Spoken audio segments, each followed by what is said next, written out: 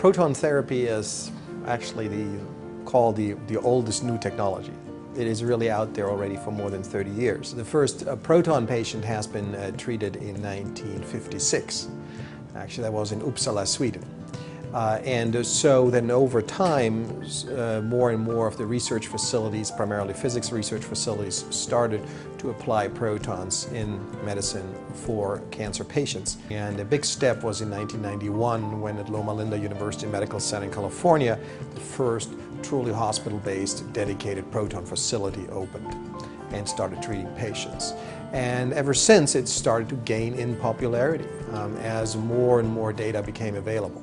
But we are really looking at an exponential, we are sort of at the beginning of that exponential uptake of popularity of proton therapy. In the beginning, we really tried to use protons for these very difficult to treat tumors for which really, at least at the time, 15, 20 years ago, conventional radiation therapy had almost nothing to offer.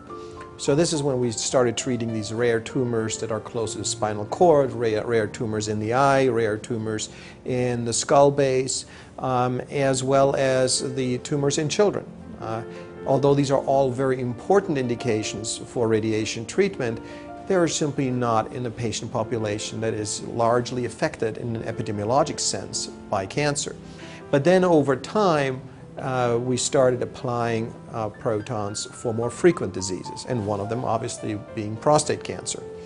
But right now, we are really witnessing a very exciting period where now on a large scale we are starting to explore the feasibility of proton therapy for frequent malignancies. Now that would be lung cancer, would be breast cancer, would be gastrointestinal cancer.